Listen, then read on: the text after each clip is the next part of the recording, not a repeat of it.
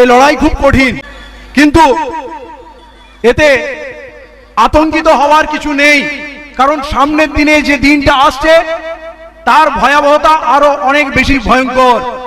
অতএব যদি ভয় লাগে লড়াই থেকে, তাহলে লড়াইয়ের জন্য প্রস্তুতি নিন। যদি মৃত্যুকে ভয় পান তাহলে মৃত্যুর শখ তৈরি করুন। আর যদি শত্রু মিত্র চিনতে হয়, তাহলে আজকের দিনে খুব পরিষ্কার হয়ে গেছে আমাদের শত্রু বিজেপি, আরএসএস, এবং তাদের নেতৃত্ব দিচ্ছে অমিত শাহ, নরেন্দ্র মোদী। অমিত শাহ নামটা আগে নিলাম কারণ তার ভয়াবহতাটা আমরা বেশি করে অনুভব করছি। আজকে যে জায়গাটা আমরা এসে দাঁড়িয়ে আছি, আমাদের অনেকে ভয় থেকে মুক্ত করার জন্য অনেক সময় বলেন কি না ঠিক আছে হবে না, এনআরসি হবে না, এনআরসি হতে দেওয়া হবে না। আমিও বলছি এনআরসি হতে দেওয়া হবে না, এই কথাটা শপথ করতে হবে, কারণ এইটা এমন একটা জায়গা আমাদের এখানে পাস করতে হবে। আমরা বেশিরভাগ মানুষ অশিক্ষিত, বেশিরভাগ মানুষ গরিব, বেশিরভাগ মানুষ আইন সম্বন্ধে বুঝি না, কিন্তু এই কোটি কোটি অশিক্ষিত, গরিব, দুর্বল, অসহায় মানুষকে ওই পরম রাষ্ট্রশক্তিকে পরাজিত করতে হবে, যেটা ভারতের রাষ্ট্রশক্তিকে যারা দখল করে নিয়েছে।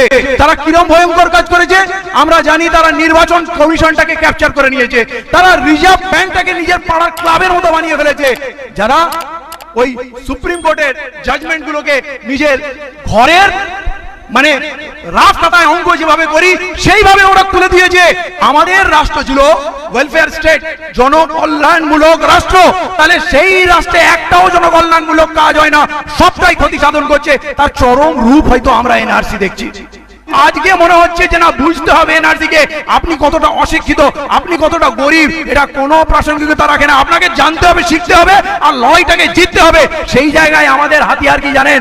গান, বিপ্লবের গান গাইছিলেন, রক্ত গরম করছিলেন। আমার মনে হয় এর থেকে বড় টনিক ভারতবর্ষের মানুষের কাছে নেই, যারা এই গান, কবিতা, এই আবেগকে কাজে লাগাতে পারবে। কিন্তু আজকের দিনে দেখুন, যেটা আমি আপনাদেরকে বলছি, আমি এবং আপনি সবাই এক কাতারে দাঁড়িয়ে আছি। আজকে কে কোন দল করে, কোন ধর্ম বিশ্বাস করে, কোন ভাষায় কথা বলে, ইরেলেভেন্ট, কোনো তার প্রাসঙ্গিকতাই নেই। কারণ পার্লামেন্টে আমরা যতগুলোকে দল পাঠিয়েছি না, তারা ফেল করেছে।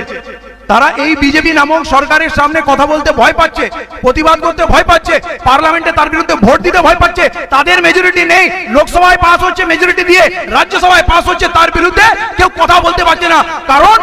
কারণ পরিবেশটা কি হয়েছে জানেন? সবাই মনে করছে যে দেশটা মনে হয় সবাই হিন্দুদের পক্ষে চলে গেছে, হিন্দুদের বিরুদ্ধে কিছু বলা যাবে না। আজকে যখন সমস্ত লেখক, সাহিত্যিকদের বন্দী করা হচ্ছে, কেস দেওয়া হচ্ছে, দেশদ্রোহিতার কেস দেওয়া হচ্ছে, ভয় দেখানো হচ্ছে, কাশ্মীরের মতো ঘটনা ঘটলো যে কেউ কোনো জায়গায় কোনো অপোজ করতে পারবে না, সেই জায়গায় কিন্তু পরীক্ষা আজ আমাদের ভারতীয় নাগরিকদের। আমরা যারা দেশের নাগরিক, আমাদের পরীক্ষা দিতে হবে। শেষ পাহারায় আমরা দাঁড়িয়ে আছি, যারা আমরা ঘাম ঝরিয়ে ফসল ফলিয়েছি, আমরা শিল্প কলকারখানায় শ্রম দিয়ে কাজ করেছি, আমরা যুদ্ধের ময়দানে প্রাণ দিয়েছি, ব্রিটিশদের তাড়ানোর জন্য আমরা গলায় ফাঁসির দড়িতে ঝুলিয়েছি। আমরা সেই লাস্ট ব্যারিয়ার, শেষ প্রহরী, আমরা সাধারণ মানুষ, দেশের মানুষের এখন লড়াইটা লড়তে হবে। এবং সেই সাধারণ মানুষের লড়াইয়ের একটাই মন্ত্র কি হবে জানেন তো? আমরা আমাদের মধ্যে ভেদাভেদ, সাম্প্রদায়িকতা, ধর্মীয় বিদ্বেষ শেষ করে দেবো। আমাদের পাশের লোকটাকে কেউ একটা আঁচড় দিলে বুকে ব্যথা অনুভব করবো, আমার ভাই, তাকে রক্ষা করার জন্য সবাই মিলে ঝাঁপিয়ে পড়বো। আমরা মব লিঞ্চিং দেখে আমরা আতঙ্কিত হব না। দেশের আইন রক্ষা করতে পারবে না, পুলিশ রক্ষা করতে পারবে না, মিলিটারি পারবে না, এটা আমরা দেখে নিয়েছি। সবগুলো কিন্তু ক্লাসিফিকেশন হয়ে গেছে। এগুলোর মধ্যে পুলিশ, মিলিটারি, উপর তলায় সব জায়গায় আরএসএস তাদের লোকগুলোকে বসিয়ে দিয়েছে। তাহলে বাঁচলো এখন দেশের শেষ প্রহরী মানুষ। আমরা যদি হিন্দু মুসলমান সবাই এক হয়ে এই কাজটা না করতে পারি, এনআরসি যেটা ভয়ঙ্কর বিষয়, আমার বিশ্বাস আমার এখানে বহু পণ্ডিত মানুষ আছেন, তারা আপনাদের বিস্তারিত বলেছেন, আমি তাতে যাচ্ছি না। খালি একটাই কথা আমি বলবো, যেটা সিএবি নিয়ে এসছে, মানে সিটিজেনশিপ অ্যামেন্ডমেন্ট বিল, এইটা সবথেকে বড় আঘাত। যেটা বোঝানো হচ্ছে হিন্দুদের নাগরিকত্ব দেওয়া হবে, মুসলমানদের দেওয়া হবে না। এটা যে কত বড় ফাঁদ, এটা যে কত বড় ধোঁকা, এইটা বুঝতে হবে। কারণ এই একটাই পয়েন্টে এসে এনআরসি তো আসামে হয়েছে, হিন্দু মুসলমান সবাই তালিকার বাইরে গেছে, সবাই আত্মহত্যা করছে।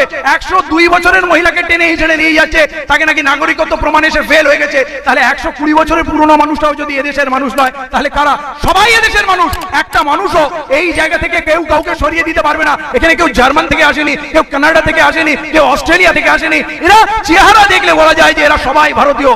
আর বাংলাদেশ, কুমিল্লা, রাজশাহী, পাবনা, ঢাকা, যশোর থেকে মানুষ আসবে না? যদি বাঘাযতীন, মাস্টারদা সূর্য সেন, নেতাজি সুভাষচন্দ্র বোস, মাতঙ্গিনী হাজরা সবাই যদি প্রাণ দিয়েছে, ভারতবর্ষকে স্বাধীনতা সংগ্রামে লড়াই করা শিখলো, তাহলে তাদের সন্তানরা যারা ভারতবর্ষকে স্বাধীন করার জন্য রক্ত দিল, তারা এই ভারতের মাটিতে স্থান পাবে না, জায়গা পাবে না।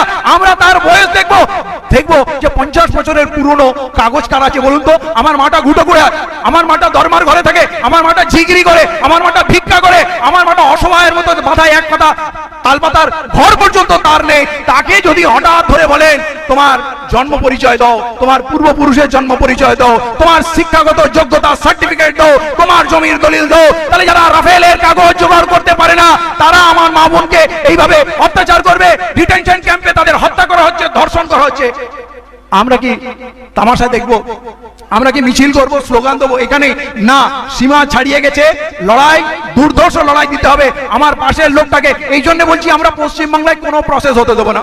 2003-এর যে নাগরিকত্ব আইন, ভয়ঙ্কর আইন, সেই আইনকে ফলো করে 31 জুলাই ওরা এনপিআর এর নোটিফিকেশন করেছে, যার মাধ্যমে ওরা প্রথমে আমাদের তথ্য দেবে, তারপরে এনআরআইসি করে মন মতো করে বাড়িতে বসে ওরা নাগরিকের তালিকা তৈরি করবে। আর যাকে পছন্দ হবে না, যারা বিজেপিকে ভোট দেয় না, বিজেপির বিরোধী, তাদের তালিকার বাইরে বার করবে।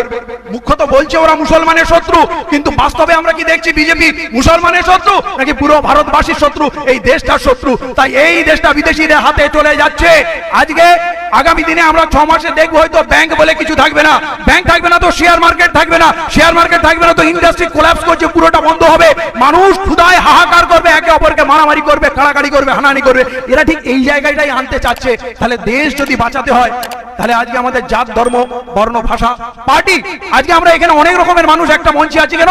যদি দেশ থাকে, যদি দেশের মানুষ থাকে, দেশ মানে ম্যাপ নয়, যদি মানুষ থাকে, তাহলে আগামী দিনে আমরা অনেক কিছু করব। কিন্তু আজকে একটাই কথা আমাদের প্রতিষ্ঠিত করতে হবে, প্রত্যেকের মুখে